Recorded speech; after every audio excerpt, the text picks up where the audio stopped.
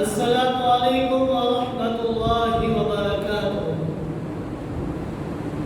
آج کی اس بابرکت جمعہ المبارک کی نشست میں مجھے آپ حضرات کے سامنے جس عنوان پر لبگشائی کرنے کی سعادت حاصل ہوئی ہے وہ عنوان بڑا ہی اعلیٰ ہے۔ وہ عنوان ہے صلاۃ مصطفیٰ صلی اللہ علیہ وآلہ وسلم، یعنی آپ صلی اللہ علیہ وآلہ وسلم پر درود شریف پڑھنے کی عظمت اور فضیلت۔ میں دعا کو اللہ رب العزت کی بارگاہ سے کہ رب کائنات مجھے کلمہ حق بیان کرنے کی توفیق عطا فرمائے اور بعد میں ہم سب کو اس پر صحیح معنوں میں عمل کرنے کی بھی توفیق عطا فرمائے۔ معزز سامعین کرام، اللہ رب العزت کا ہم پر بے انتہا احسان ہے کہ اللہ رب العزت نے ہمیں عدم سے وجود بخشا ہے۔ اللہ رب العزت کا ہم پر یہ بھی احسان ہے کہ اللہ رب العزت نے ہمیں اشرف المخلوقات انسان بنا کر اس دنیا میں بھیجا۔ اللہ رب العزت کا ہم پر یہ بھی احسان ہے کہ اللہ رب العزت نے ہمیں مسلمان بنایا ہے۔ اللہ رب العزت کا یہ بھی احسان ہے کہ اللہ رب العزت نے ہمیں مسلمان تو بنایا، لیکن مسلمان اس امت کا بنایا کہ جس امت کا نام امت محمدیہ صلی اللہ علیہ وآلہ وسلم ہے۔ ہمیں امت محمدیہ صلی اللہ علیہ وآلہ وسلم میں پیدا فرما کر خیر امت کا تاج ہمارے سروں پر سجا دیا۔ اس لیے اللہ رب العزت کے بعد ہم پر سب سے زیادہ احسان جس ہستی کا ہے وہ ہستی اور کوئی نہیں بلکہ جناب محمد رسول اللہ صلی اللہ علیہ وآلہ وسلم ہے۔ یہ آپ صلی اللہ علیہ وآلہ وسلم ہی ہے جو ہمارے لیے وسیلہ رشد و ہدایت بن کر آئے۔ یہ آپ صلی اللہ علیہ وآلہ وسلم ہی ہے کہ جنہوں نے بڑی بڑی تکالیف، بڑی بڑی مصیبتیں، بڑی بڑی آزمائشیں اٹھائی ہیں اور ہم تک اللہ کا دین پہنچایا ہے۔ یہ آپ صلی اللہ علیہ وآلہ وسلم ہی ہے کہ ان کی آمد سے قبل ہم شرک اور ظلمت کی اتنا گہرائیوں میں ڈوبے ہوئے تھے۔ آپ نے آ کر ہمیں خالق حقیقی کی معرفت حاصل کر دی۔ یہ آپ صلی اللہ علیہ وآلہ وسلم ہی ہے کہ انہوں نے آ کر ہمیں ایمان کی دولت عطا فرمائی۔ آپ صلی اللہ علیہ وآلہ وسلم کے دل کے اندر امت کے لیے اتنی رافت و رحمت، اتنی محبت و شفقت رکھی ہوئی کہ جس کی نظیر لانا ناممکن ہے۔ آپ صلی اللہ علیہ وآلہ وسلم کے بارے میں خود اللہ کا قرآن شاہد ہے کہ اللہ رب العزت نے فرمایا عزیز علیہ ما عنتم حریص علیکم، کہ امت کا مشقت کے اندر پڑ جانا، امت کا مصیبت کے اندر پڑ جانا، امت کا تکلیفوں کے اندر، آزمائشوں کے اندر پڑ جانا، یہ آپ صلی اللہ علیہ وآلہ وسلم کے لیے ناقابل برداشت بات ہے۔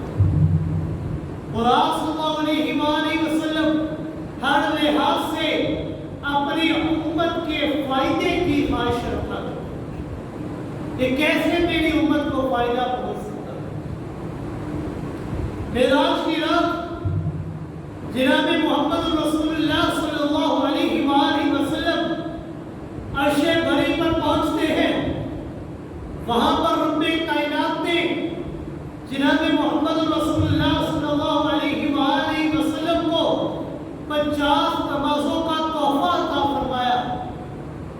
یہ تحفہ کوئی معمولی تحفہ نہیں ہے۔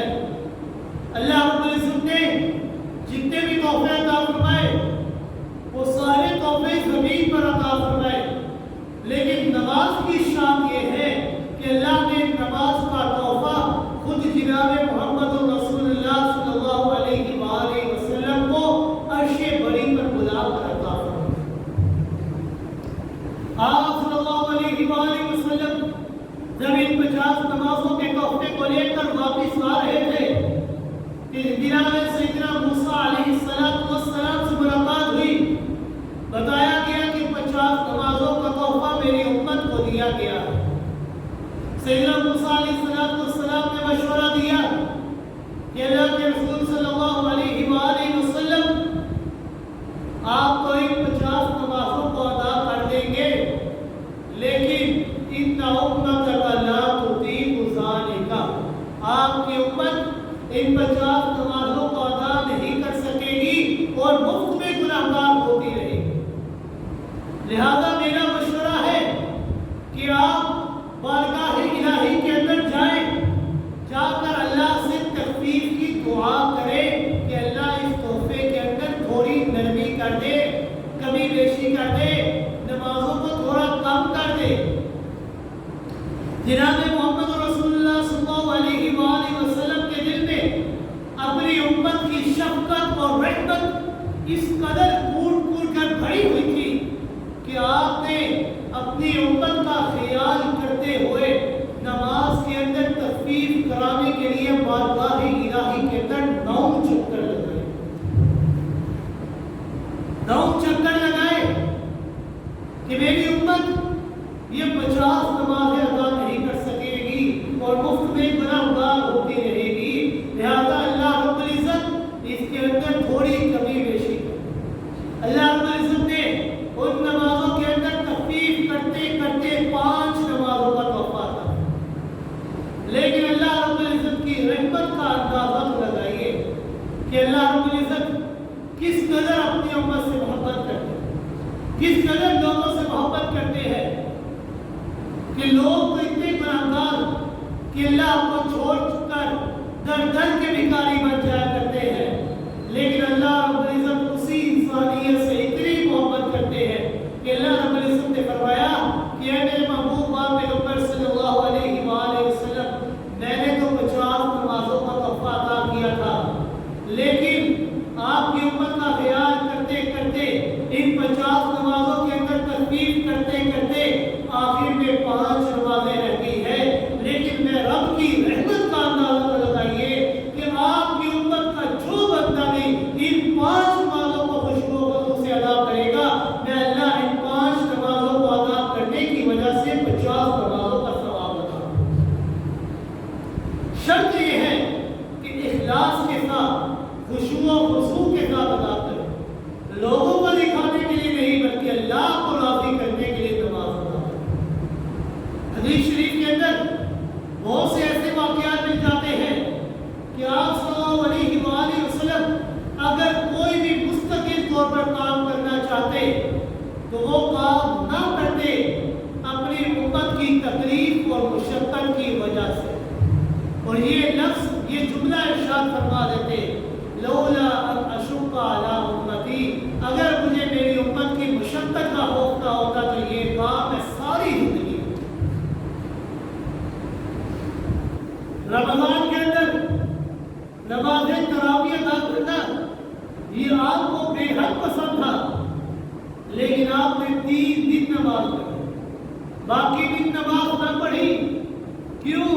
لولا ان اشق علی امتی، کہ اگر میں باقی دن بھی نماز پڑھتا تو مجھے یہ خوف تھا کہ کہیں اللہ رب العزت اس نماز کو میری امت کے اوپر فرض نہ کر دے اور میری امت کے لیے اس نماز کا پڑھنا مشکل ہو جائے۔ اپنی امت کی مشقت کی فکر تھی، لہذا آپ نے نماز تراویح ادا کی۔ اپنی امت کی مشقت کی فکر تھی، آپ نے مسواک کو لازم نہ قرار دیا، حالانکہ مسواک کی آپ کی سنت ہے اور آپ کو اتنا پسندیدہ عمل ہے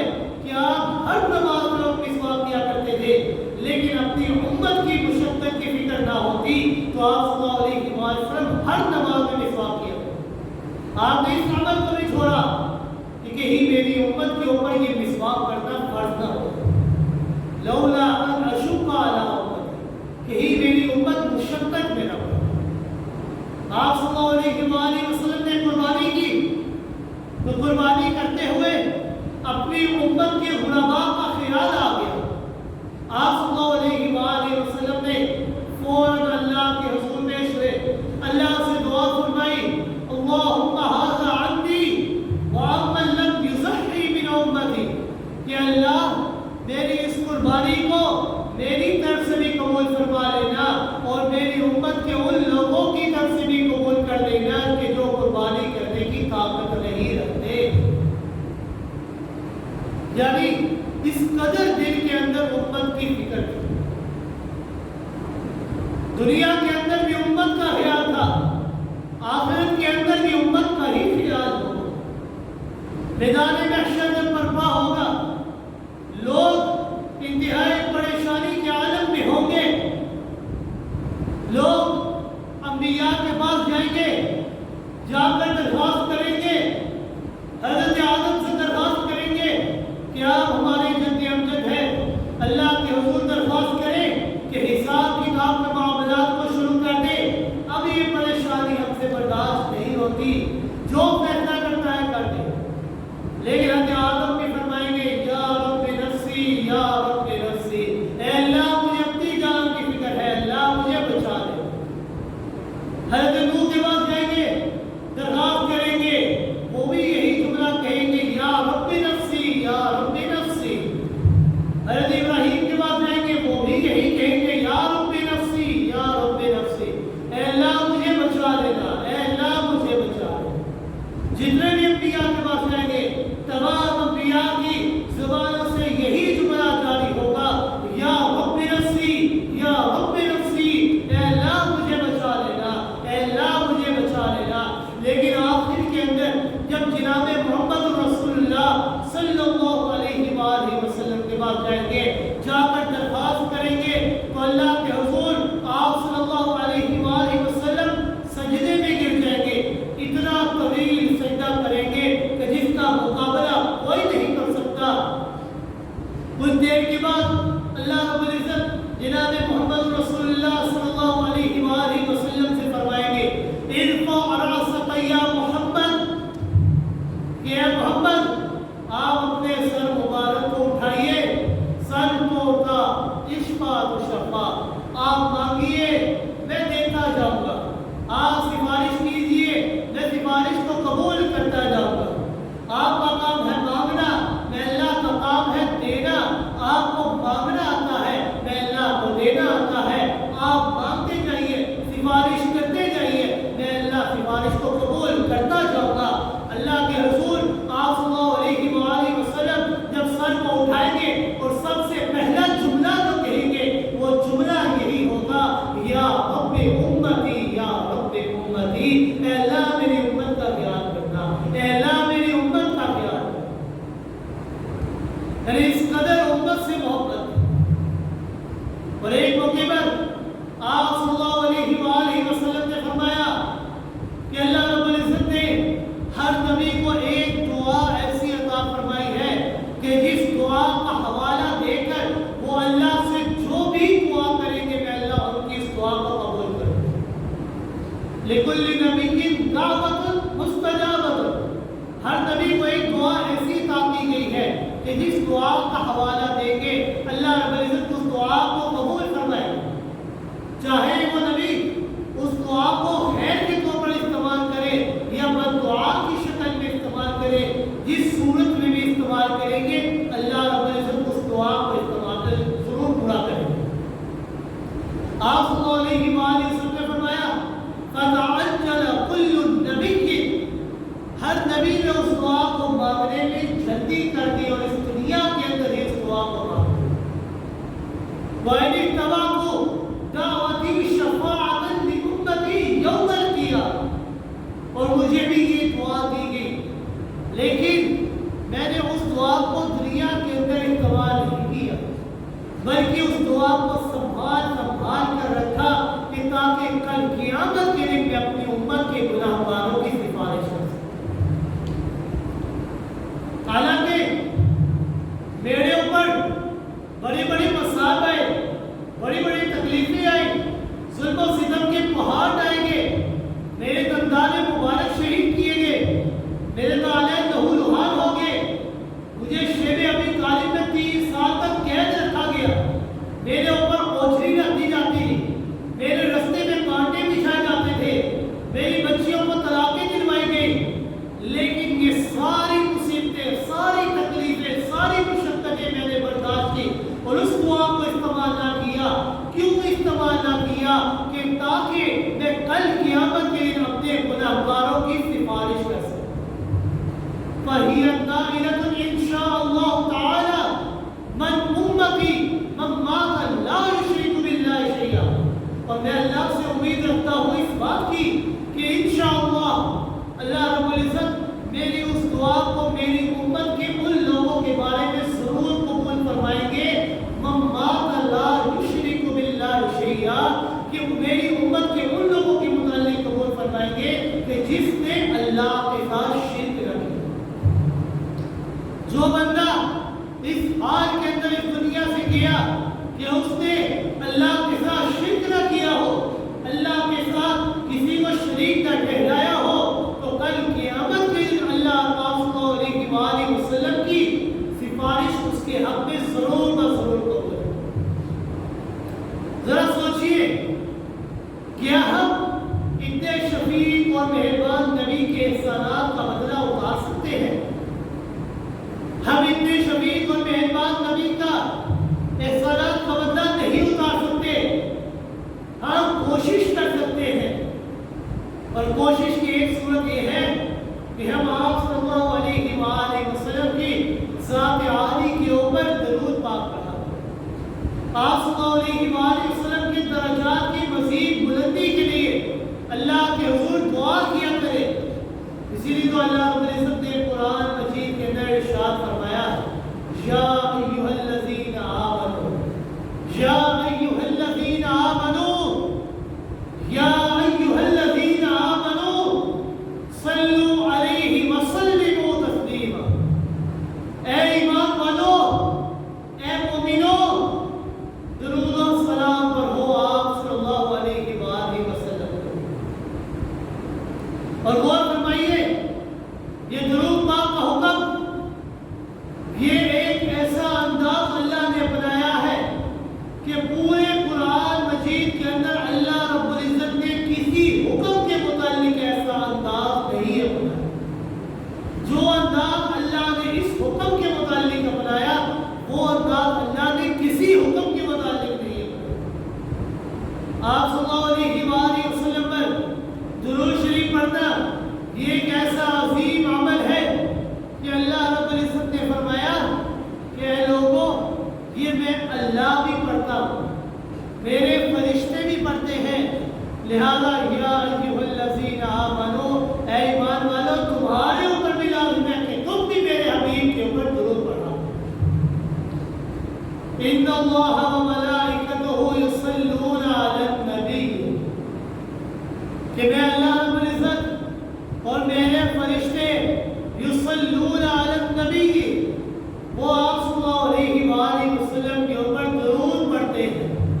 یا ایھا الذین آمنوا، اے ایمان والو، تم بھی درود پڑھا کرو، تمہارے اوپر بھی یہ عمل کرنا لازم ہے۔ اس انداز تعبیر سے درود پاک کی بہت بڑی فضیلت اور اہمیت ثابت ہو رہی ہے کہ درود پاک بھیجنے کی ترغیب کا اس سے بہتر انداز اور کون سا ہو سکتا ہے کہ اللہ رب العزت بھی درود پڑھ رہے ہیں، فرشتے بھی درود پڑھ رہے ہیں، اور اے ایمان والو، تم بھی درود پڑھا۔ اور یہ بات یاد رکھیے گا کہ اللہ رب العزت اور اس کے فرشتوں کے درود بھیجنے اور ہمارے درود بھیجنے میں زمین و آسمان کا فرق ہے۔ یہ بہت بڑا فرق ہے۔ الفاظ اگرچہ ملتے جلتے ہیں، الفاظ اگرچہ مشترک ہیں، لیکن اللہ اور اس کے فرشتوں کے درود بھیجنے کا انداز دوسرا ہے اور ہمارے درود بھیجنے کا انداز دوسرا ہے۔ اللہ اور اس کے فرشتے بھی یصلون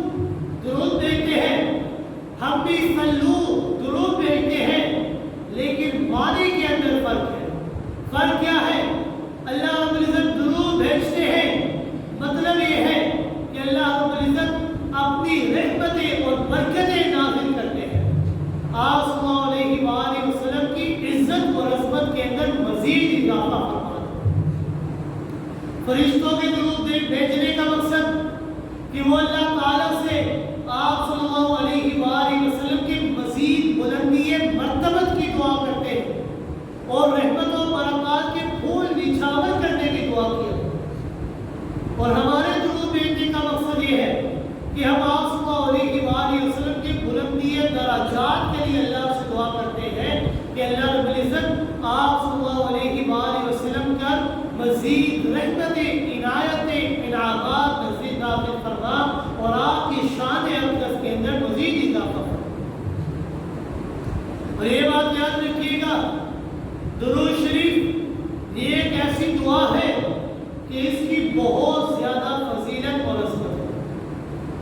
حضرت انس رضی اللہ تعالیٰ فرماتے ہیں، سنن النسائی کی روایت ہے کہ آپ صلی اللہ علیہ وآلہ وسلم نے فرمایا، من صلی علیہ صلاۃ واحدۃ صلی اللہ علیہ عشر صلوات، کہ جو انسان میں محمد رسول اللہ صلی اللہ علیہ وآلہ وسلم کے اوپر ایک مرتبہ درود پڑھتا ہے، محض ایک مرتبہ درود پڑھتا ہے، صلی اللہ عشر صلوات، اللہ رب العزت ایسے بندے کے اوپر 10 رحمتیں نازل کرتے ہیں۔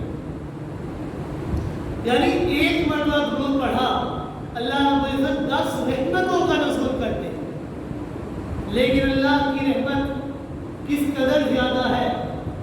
اللہ رب العزت نے فرمایا، نہیں، میں نے صرف 10 رحمتوں پر اکتفا نہیں کیا، محض ایک مرتبہ درود پڑھنے پر میں اللہ تمہیں 10 رحمتیں نازل کرتا ہوں، وَحُطَّتْ عَنْهُ عَشْرُ خَطِيئَاتٍ، اور ایک مرتبہ درود پڑھنے کی وجہ سے میں اللہ تمہارے 10 گناہوں کو بھی معاف کر دیتا ہوں۔ اس پر بھی میں اللہ نے اکتفا نہیں کیا، بلکہ آپ صلی اللہ علیہ وآلہ وسلم نے فرمایا، رُفِعَتْ لَهُ 10 درجات، کہ ایک مرتبہ درود پڑھنے کی وجہ سے اللہ رب العزت انسان کے 10 درجے بھی بلند کر دیا کرتے ہیں۔ اور ایک حدیث میں ہے کہ آپ صلی اللہ علیہ وآلہ وسلم نے فرمایا، وَكُتِبَ لَهُ بِهَا 10 حسنات، کہ ایک مرتبہ درود پڑھنے کی وجہ سے اللہ رب العزت اس کے نامہ اعمال کے اندر 10 نیکیاں بھی لکھ دیتے ہیں۔ یعنی کتنا بڑا انعام انسان کو ملتا ہے کہ ایک مرتبہ درود پڑھا، انسان کے 10 درجے بھی بلند ہوئے، 10 رحمتوں کا نزول بھی ہوا، 10 گناہ بھی کم ہو گئے اور 10 نامہ اعمال کے اندر نیکیاں بھی لکھ دی۔ کتنی بڑی دعا ہے کہ ایک مرتبہ محض درود پڑھنے کی وجہ سے اللہ رب العزت نے کتنے زیادہ انعامات سے نوازا۔ شرط یہ ہے پورے اخلاص کے ساتھ، پوری نیت اور نیک نیت کے ساتھ پڑھا جائے۔ حضرت سیدنا عبداللہ بن مسعود رضی اللہ تعالیٰ فرماتے ہیں کہ آپ صلی اللہ علیہ وآلہ وسلم نے فرمایا، مجھ پر درود بھیجنے والا کل قیامت کے دن ایسا ہوگا کہ اس نے آپ صلی اللہ علیہ وآلہ وسلم نے فرمایا کہ جو انسان میرے اوپر درود بھیجتا ہے، قیامت کے دن ہمیں آپ صلی اللہ علیہ وآلہ وسلم کا سب سے زیادہ قرب اور شفقت حاصل ہے۔ یعنی جو انسان سب سے زیادہ درود پڑھے گا، سب سے زیادہ آپ صلی اللہ علیہ وآلہ وسلم کی محبت اور شفقت کا مقدار ہے۔ اور حضرت عبد الرحمن بن عوف رضی اللہ تعالیٰ فرماتے ہیں کہ آپ صلی اللہ علیہ وآلہ وسلم ایک دفعہ مدینہ منورہ سے باہر نکل گئے اور کھجوروں کے باغ میں تشریف لے۔ آپ صلی اللہ علیہ وآلہ وسلم وہاں پر جب پہنچے، اللہ کے حضور فوراً سجدہ ریز ہو۔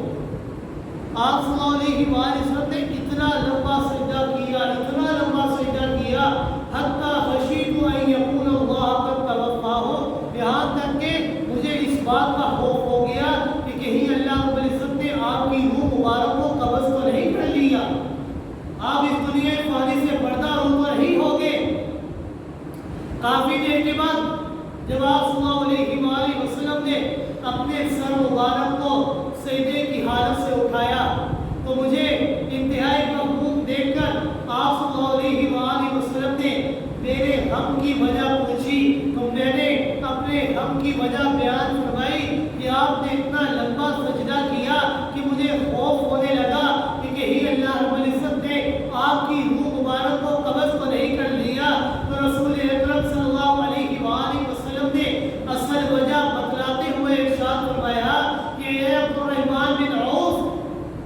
کہ آپ صلی اللہ رب العزت نے میرے پاس روح الامین حضرت جبریل امین علیہ السلام کو بھیج دیا تھا.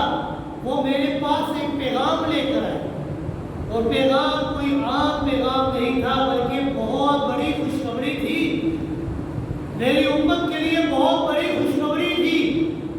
وہ خوشخبری کیا ہے کہ حضرت جبریل علیہ السلام نے فرمایا کہ اللہ رب العزت فرماتے ہیں ان اللہ عز وجل یقول من صلی علیک صلاۃ صلیت علیہ ومن سلم علیہ سلمت علیہ. کہ اللہ رب العزت نے فرمایا کہ اے جبریل جاؤ میرے محبوب کے پاس جا کر انہیں یہ پیغام دے دینا کہ جو انسان آپ کے اوپر درود بھیجتا ہے میں اللہ بھی اس بندے کے اوپر درود بھیجتا ہوں. جو انسان آپ کے اوپر سلام بھیجتا ہے میں اللہ اس کے اوپر سلامتیوں کا نزول کرتا ہوں. اور درود کا مطلب میں اللہ اس کے اوپر رحمتوں کا نزول کرتا ہوں. جو انسان آپ کے اوپر درود پڑھتا ہے میں اللہ اس کے اوپر اپنی رحمتوں کا نزول کر دیتا ہوں. اور جو آپ کے لیے سلامتیوں کی دعا کرتا ہے میں اللہ اس کے اوپر سلامتیوں کا نزول نازل کر دیتا ہوں. آپ صلی اللہ علیہ وسلم نے فرمایا کہ جب اللہ رب العزت نے حضرت جبریل امین کے ذریعے مجھے یہ پیغام پہنچایا فسجدت للہ شکرا تو میں فوراً سجدہ ریز ہو گیا اور اللہ کا شکر ادا کرنے لگ گیا کہ اللہ رب العزت نے کتنی بڑی دولت کتنی بڑی نعمت سے مجھے نوازا.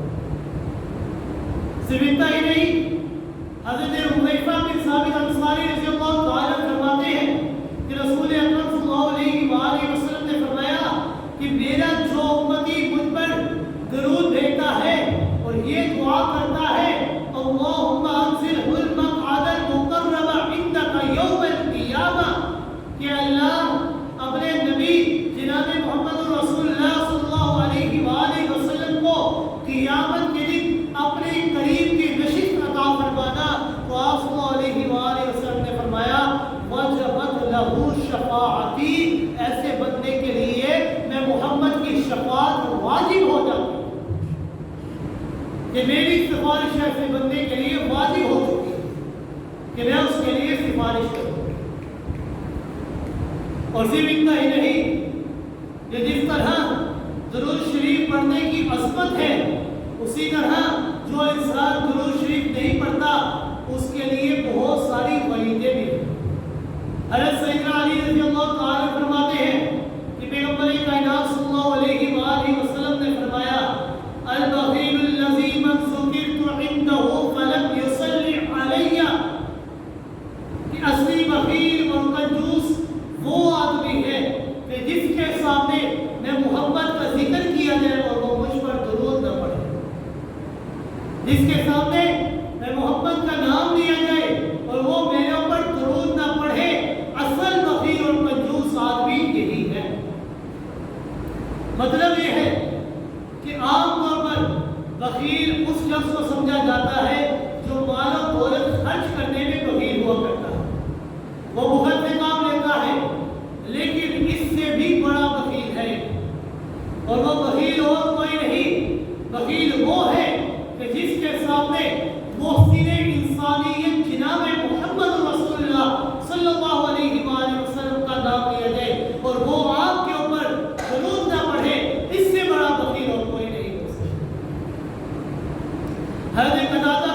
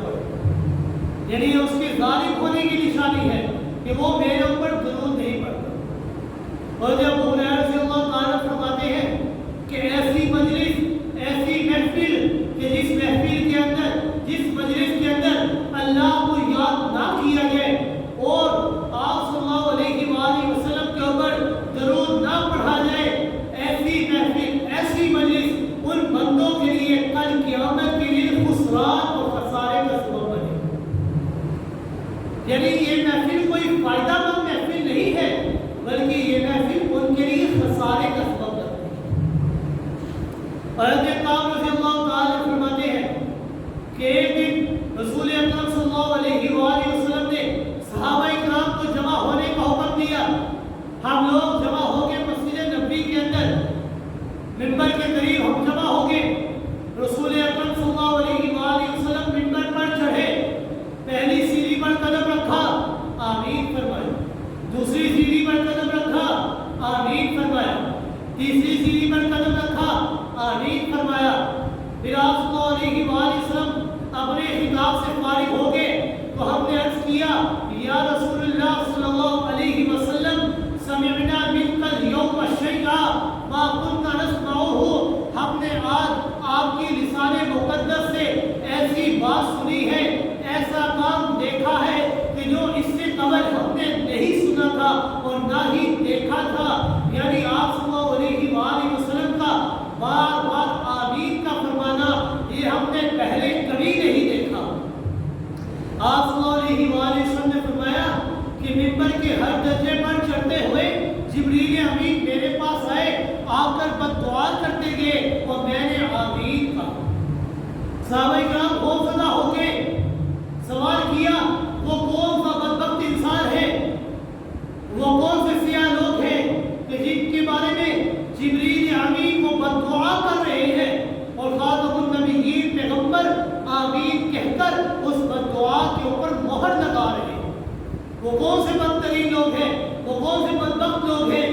رسول اکرم صلی اللہ علیہ وآلہ وسلم نے فرمایا کہ جب میں نے منبر کی پہلی سیڑھی پر قدم رکھا جبریل امین آئے, آ کر بد دعا کی بعد من ادرک رمضان فلم یغفر له کہ وہ شخص ہلاک اور برباد ہو جائے, وہ شخص تباہ و برباد ہو جائے, وہ شخص خسارہ اٹھانے والا ہو جائے کہ جس کی زندگی کے اندر رمضان المبارک جیسا عظیم ترین مہینہ آیا اور وہ اس مہینے کے اندر اللہ کی عبادت کر کے اپنے گناہوں کی بخشش نہ کروا سکا, وہ شخص تباہ و برباد ہو جائے. رسول اکرم صلی اللہ علیہ وآلہ وسلم نے فرمایا آمین. وہ شخص بدبخت ہے کہ جو انسان رمضان کا مہینہ پا کر بھی اپنی بخشش نہ کروا سکا, وہ شخص تباہ و برباد ہو جائے. رسول اللہ صلی اللہ علیہ وآلہ وسلم نے فرمایا آمین.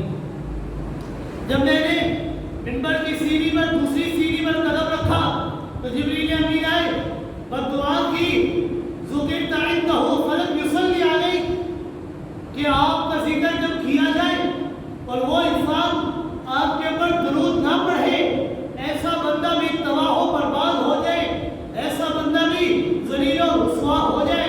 رسول اکرم صلی اللہ علیہ وآلہ وسلم نے فرمایا آمین کہ وہ شخص بھی ہلاک و برباد ہو جائے کہ جس کے سامنے میں محمد کا نام لیا جائے اور وہ میں محمد کے اوپر درود نہ پڑھے, وہ شخص بھی تباہ و برباد ہو جائے. آپ صلی اللہ علیہ وآلہ وسلم نے فرمایا آمین. جب میں نے منبر کی تیسری سیڑھی پر قدم رکھا تو جبریل امین آئے, بد دعا کی کہ وہ شخص بھی تباہ و برباد ہو جائے, دنیا میں بھی تباہ و برباد ہوگا, آخرت میں بھی تباہ و برباد ہوگا کہ جس کی زندگی کے اندر اللہ رب العزت نے اسے والدین جیسی عظیم دولت عطا فرمائی کہ اس کے والدین میں سے ایک کو اس نے بڑھاپے کی حالت میں پایا یا دو کو بڑھاپے کی حالت میں پایا اور وہ شخص ان والدین کی خدمت کر کے اپنی بخشش نہ کروا سکا. رسول اکرم صلی اللہ علیہ وآلہ وسلم نے فرمایا آمین کہ وہ شخص بھی ہلاک و برباد ہو, وہ دنیا میں بھی تباہ و برباد ہوگا, آخرت کے اندر بھی برباد ہوگا.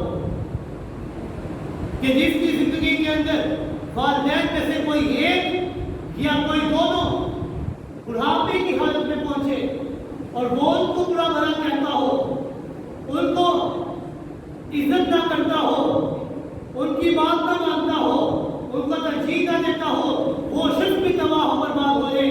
رسول اکرم صلی اللہ علیہ وآلہ وسلم نے فرمایا آمین. اب توجہ فرمائیے, بد دعا دینے والے جبریل امین جو روح الامین ہے, جو تمام فرشتوں کے سردار ہیں, اور آمین کہنے والے بھی کوئی عام ہستی نہیں بلکہ تمام لوگوں کے بلکہ خاتم النبیین پیغمبر ہیں کہ جن کے اوپر اللہ رب العزت نے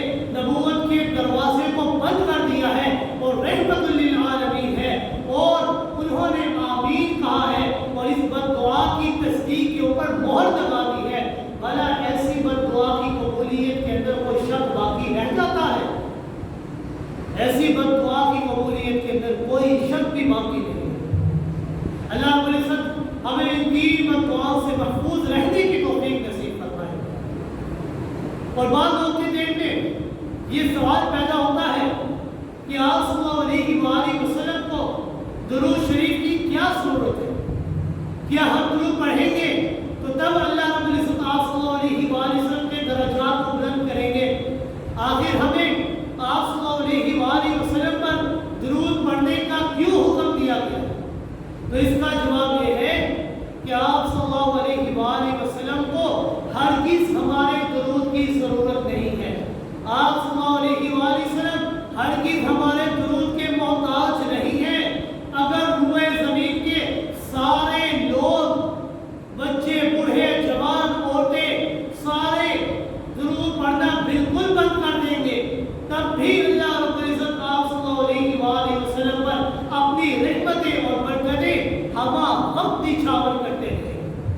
ہر لمحہ، ہر لحظہ آپ کے درجات کو اللہ مزید بلند کرتے رہیں گے، اور اتنا بلند کریں گے، اتنا بلند کریں گے کہ اللہ رب العزت کی نازل کردہ آیت فرض ثابت ہو جائے گی، وَلَلْآخِرَةُ خَيْرٌ لَكَ مِنَ الْأُولَىٰ، کہ آپ کا اصل مقام یہ دنیا کی زندگی نہیں بلکہ آخرت کی زندگی ہے، اور وہ آپ کے لیے بہترین جگہ ہے۔ اور یہ بات یاد رکھیے گا، ہم آپ صلی اللہ علیہ وآلہ وسلم کے اوپر جب درود پڑھتے ہیں تو اس درود پڑھنے کے اندر ہمارا اپنا ہی فائدہ ہے۔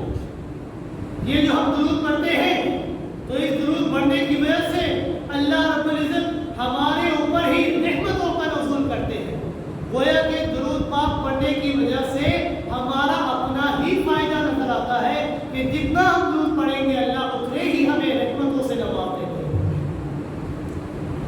اور یہ بات اکثر لوگوں کے ذہن میں آتی ہے کہ اللہ رب العزت نے قرآن مجید کی جو آیت ہے اس کے اندر اللہ رب العزت نے ہمیں حکم دیا، یا ایھا الذین آمنوا صلوا علیہ وسلموا تسلیما، اے ایمان والو تم درود شریف پڑھو، آپ صلی اللہ علیہ وآلہ وسلم کے اوپر درود پڑھا کرو اور سلام بھیجا کرو۔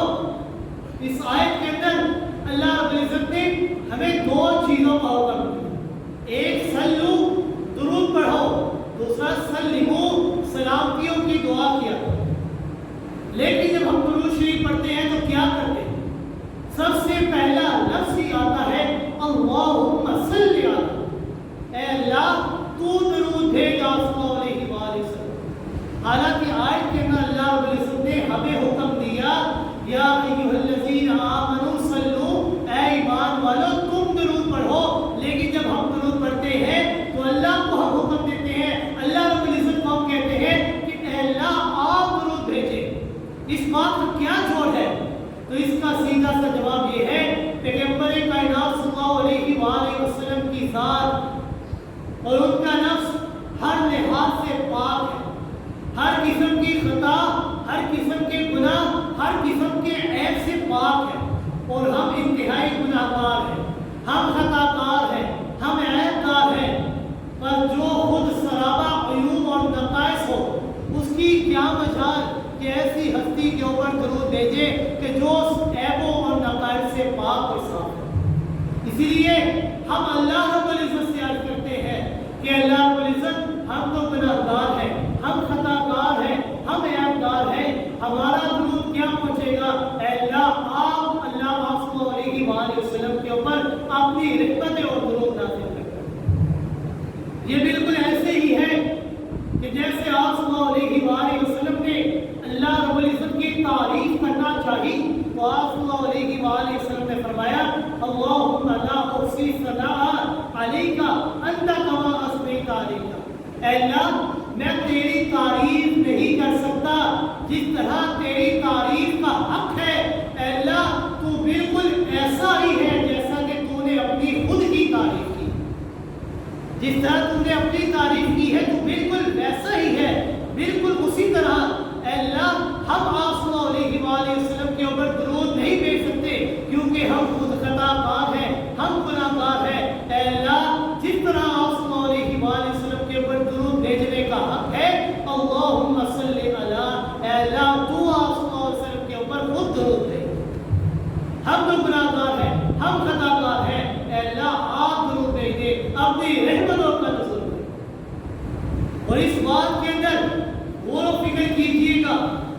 کہ اللہ رب العزت نے آپ صلی اللہ علیہ وآلہ وسلم کو کتنے بلند مقام سے نوازا ہے، اور یہ بات بالکل مجال نہیں ہے، بالکل سچ ہے۔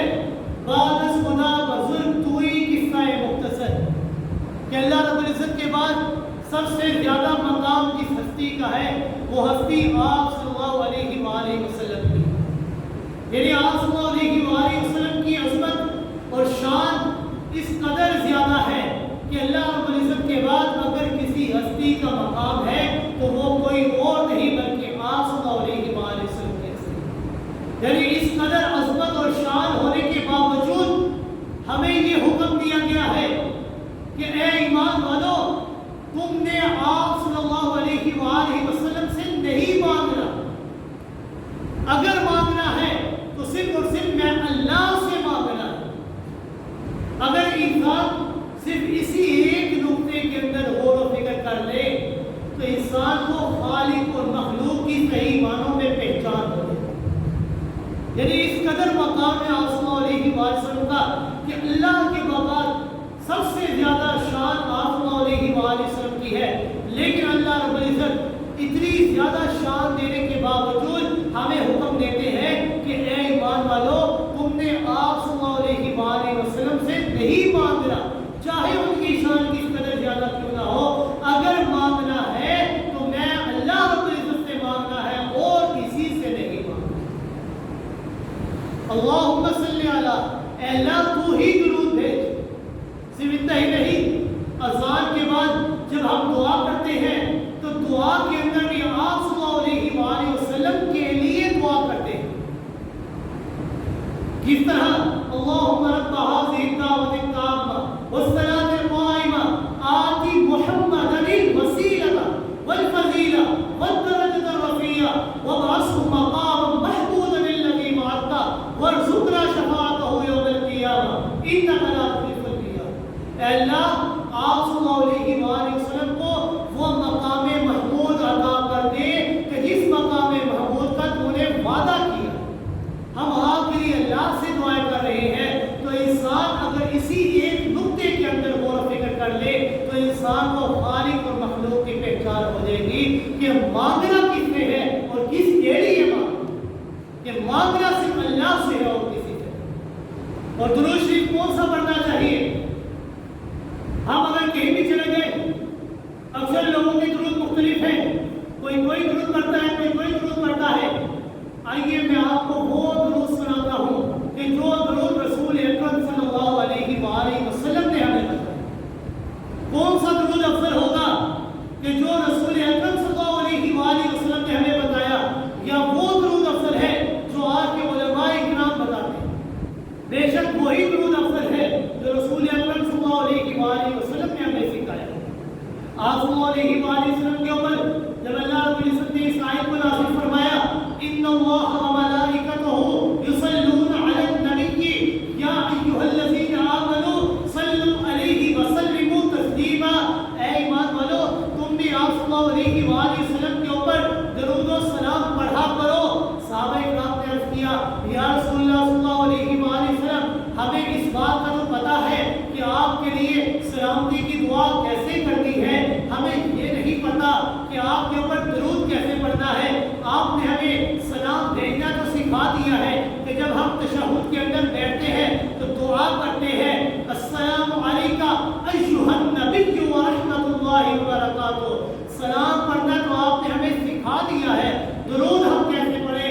آپ صلی اللہ علیہ وآلہ وسلم نے جواب میں ارشاد فرمایا، تم نے درود اس طرح پڑھنا ہے، اللہم صلی علی محمد وعلی آل محمد کما صلیت علی ابراہیم وعلی آل ابراہیم انک حمید مجید، اللہم بارک علی محمد وعلی آل محمد کما بارکت علی ابراہیم وعلی آل ابراہیم انک حمید مجید۔ تم نے اس طرح میں محمد کے اوپر درود پڑھا۔ اگر اس کے اندر غور و فکر کر لیا جائے تو آپ صلی اللہ علیہ وآلہ وسلم نے جو درود بتایا ہے وہی درود افضل ہے۔ اور اکثر لوگ یہ سوال کرتے ہیں کہ درود پہنچتا کیسے ہے آپ صلی اللہ علیہ وآلہ وسلم؟ تو یہ بات یاد رکھیے گا کہ درود پڑھنا یہ ہمارا کام ہے،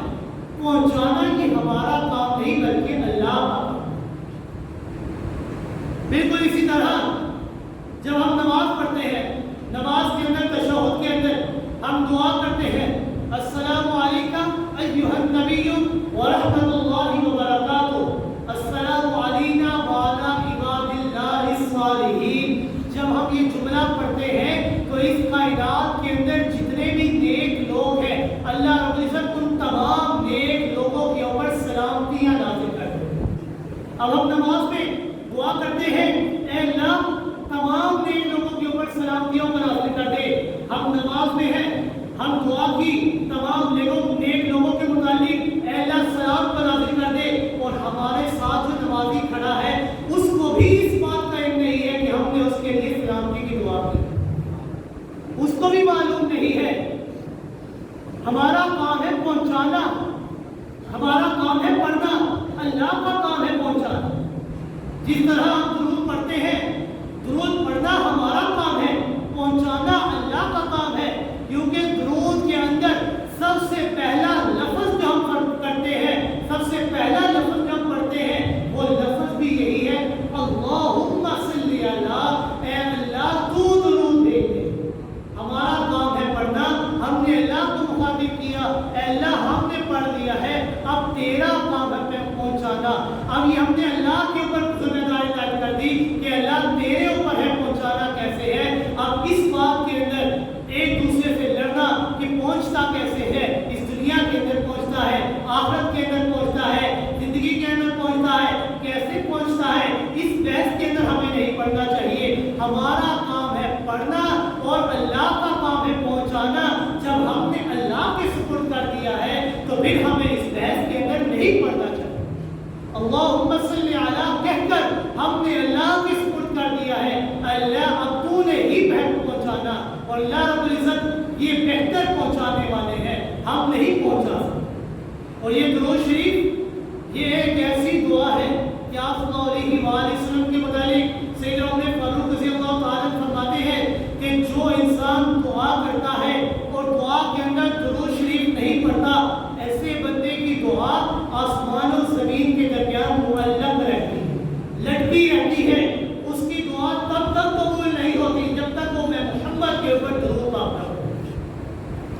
رسول اللہ علیہ وآلہ وسلم کے بعد حضرت کعب رضی اللہ تعالیٰ آئے اور فرمانے لگے, عرض کرنے لگے اللہ کے رسول صلی اللہ علیہ وآلہ وسلم, میں اپنی دعا کے اندر آپ کے اوپر درود پڑھنا چاہتا ہوں تو کتنا درود پڑھوں؟